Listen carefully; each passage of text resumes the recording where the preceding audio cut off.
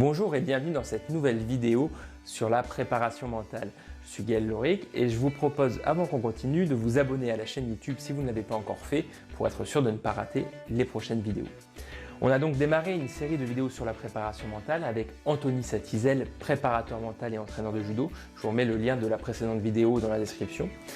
Et on voulait vous proposer dans cette vidéo de mettre en place votre carnet d'entraînement.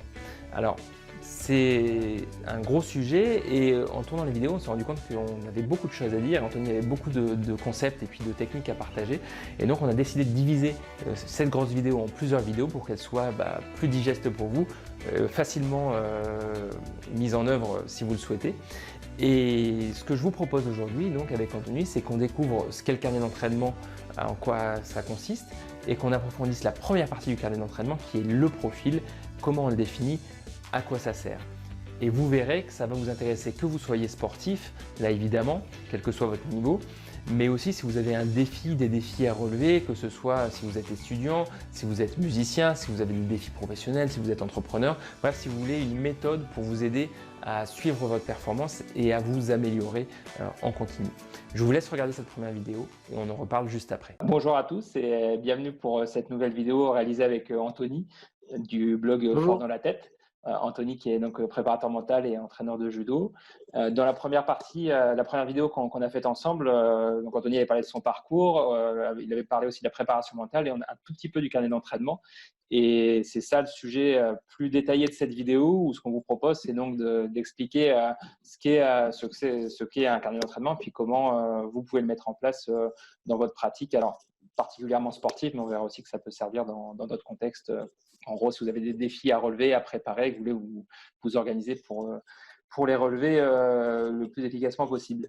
Alors, Anthony, ce que je te propose peut-être, c'est simplement de réintroduire le blog, ce que tu fais avec Fort dans la tête, et puis après, rapidement, ce qu'est le carnet d'entraînement avant qu'on rentre dans le détail. D'accord, d'accord. Alors, rapidement, moi, je suis préparateur mental, professeur de judo, comme tu l'as dit, et je travaille en préparation mentale autour du judo, mais aussi dans différentes disciplines.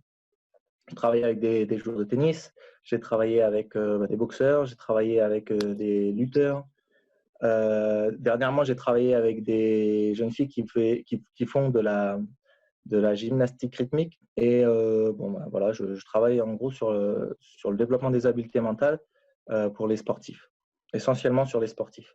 Et l'idée du blog, c'est d'aider certaines personnes à découvrir, alors celles qui viennent s'intéresser à la préparation mentale et aussi celles qui ont un petit peu de connaissances sur le sujet à améliorer un petit peu leur connaissance. Je proposerai bientôt des formations sur certains outils. Voilà, pour le carnet d'entraînement, Oui. eh ben, j'ai créé donc du coup cet outil parce que certaines personnes avaient des demandes. Moi, je suis persuadé, je suis un fervent défenseur du carnet d'entraînement parce que je pense que en prenant des notes, en prenant des notes de nos succès, en sachant vers quelle direction on va, en sachant ce qui a fonctionné pour nous, ce qui n'a pas fonctionné, en sachant se poser les bonnes questions sur ce qui n'a pas fonctionné et comment les améliorer, je pense que sur certaines de ces choses-là, on va pouvoir s'améliorer, tout simplement, dans un processus de progrès pour atteindre la performance. Et justement, on n'a pas forcément l'habitude, il y a des athlètes qui utilisent un carnet d'entraînement, mais qui le font, alors soit ils ont été accompagnés, donc ils ont une méthode,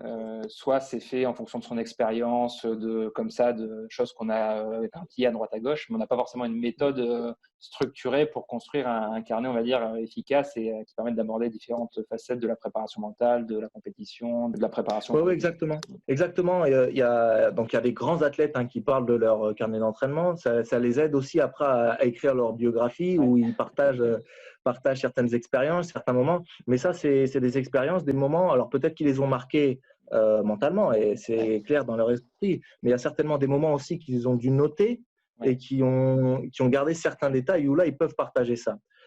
L'idée de la biographie, c'est très bien après pour eux, mais ces informations qu'ils ont à ce moment-là, je suis persuadé que ça les a aidés à être performants sur les échéances suivantes. Et effectivement, ça les aide ensuite à écrire un bouquin. leur bouquin. Notre intérêt à nous, les sportifs, Alors, parce que je suis préparateur mental, mais je suis aussi encore sportif. Et notre intérêt à nous d'avoir un carnet d'entraînement, bah, c'est ça. J'ai pris des notes sur.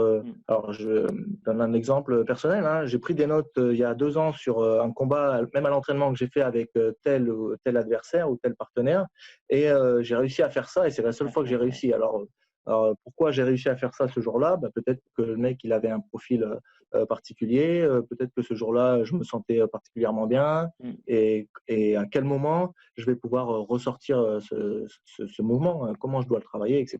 C'est des choses que bah, s'il y a 2 ans, je l'ai sorti et je n'ai pas pu retravailler depuis ce temps-là. Et là, je me retrouve peut-être sans objectif particulier. Alors peut-être que je peux relire mon carnet d'entraînement, voir ce que j'ai réussi à quel moment et comment je pourrais l'améliorer maintenant. Et justement, du coup, toi, pour aider comme ça, à travailler de manière structurée, le carnet d'entraînement que tu as construit, il est du coup assez structuré. Tu as défini des thématiques précises, le profil, la motivation, les objectifs, la boîte à confiance, les différents types d'entraînement qu'on peut travailler parce que voilà, il n'y a pas un seul type d'entraînement.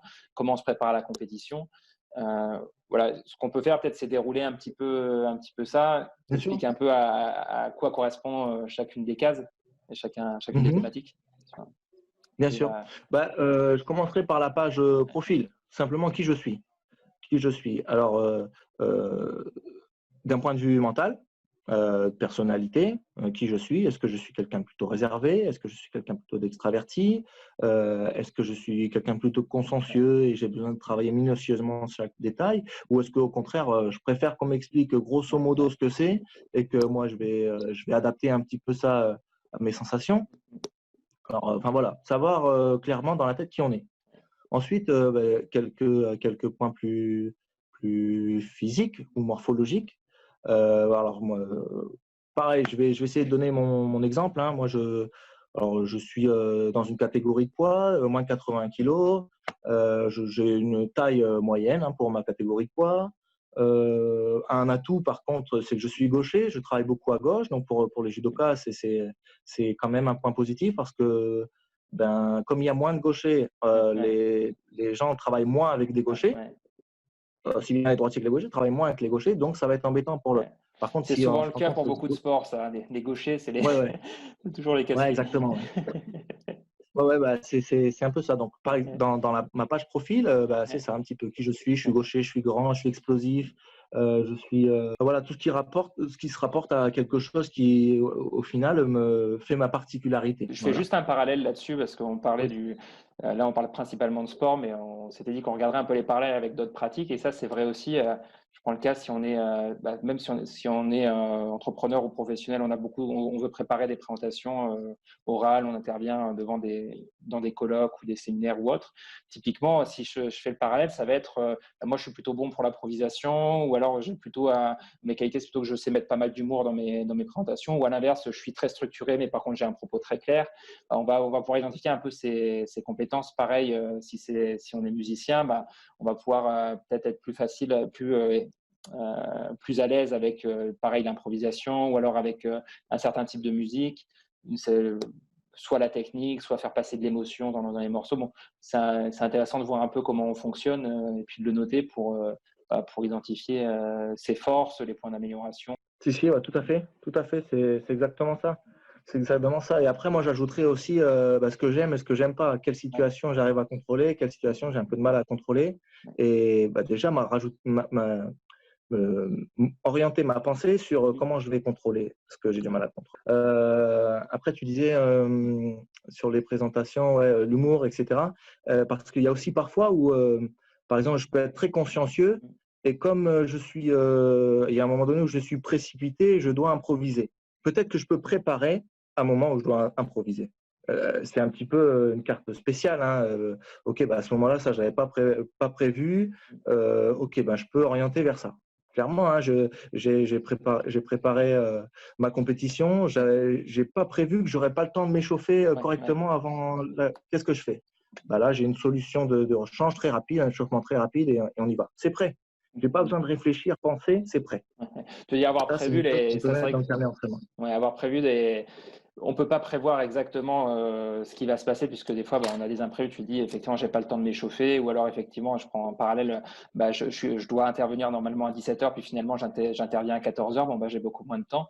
Ça, je peux pas maîtriser forcément. Par contre, je peux maîtriser le fait d'avoir une technique d'échauffement, de reconcentration par une routine de concentration très rapide, pour Exactement. élever mon niveau d'énergie, pour mettre dans l'émotion, l'énergie adaptée à la situation, qui fait que derrière, je vais pouvoir réagir de manière plus adaptée, quoi. C'est ça, c'est tout à fait ça. Ah, c'est clair. Avoir la possibilité d'être prêt, quoi qu'il arrive. Ouais. Parce que les imprévus en compétition, ça arrive beaucoup. Ouais. C'est vrai que c'est intéressant parce qu'on pense souvent, l'objectif, c'est pas forcément de tout prévoir, parce que ça, on peut pas. C'est de se donner les moyens de savoir réagir à l'imprévu.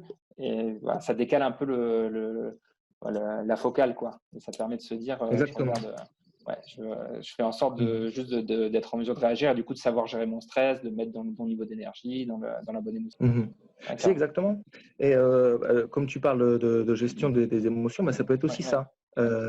J'ai pas le temps de m'échauffer. Qu'est-ce qui va se passer? Je sais que si c'est comme ça, je commence à stresser.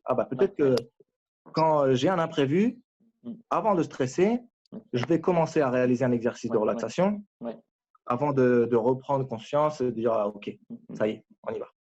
Voilà, c'est un petit peu la dynamique de la page profil. Que je sache qui je suis et ce que j'aime et ce que je n'aime pas aussi. Et du coup, c'est une page à laquelle tu reviens assez régulièrement, que tu peux ajuster c'est aussi une page sur laquelle tu peux te baser, je suppose, pour juste te rappeler un peu qui tu es. Et puis aussi, quand ça, dans les moments un peu de baisse de confiance ou autre, rappeler aussi ses réalisations, les moments forts qu'il y a eu pour se rebooster. Exactement. Quand on a un petit coup de mou ou quelque chose, on peut peut-être se dire mais moi c'est ça. Et peut-être que quand je relis mon carnet d'entraînement, c'était ça, c'est ça, mais c'était ça il y a 6 mois. Peut-être que là j'ai peut-être des nouvelles choses à ajouter. Ça, je l'ai pas perdu, certainement pas, ou très peu.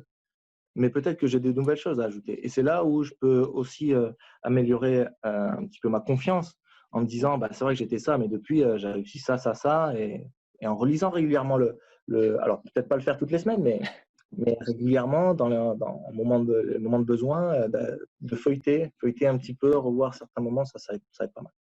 Ok, c'est clair. Et notamment aussi sur la construction des objectifs pour rester fixé sur sa motivation. Voilà, j'espère que cette vidéo vous a plu, qu'elle vous a donné envie de mettre en œuvre concrètement le carnet d'entraînement. Donc là, vous savez maintenant comment créer votre carnet, quelles sont les grandes parties du carnet et puis en quoi consiste la page profil. Dans la prochaine vidéo, on creusera les notions, les concepts d'objectifs et de motivation. On verra en quoi ils sont liés et comment mettre en place des objectifs concrets, complémentaires et qui vous permettent d'être motivé dans la durée. Je vous remets le lien du site d'Anthony dans la description, bien sûr. Vous pouvez télécharger un modèle de carnet d'entraînement. Et puis, pensez à laisser un petit pouce en l'air si vous avez aimé la vidéo, à la commenter, à la partager. Et je vous dis à très vite pour la prochaine vidéo. Ciao!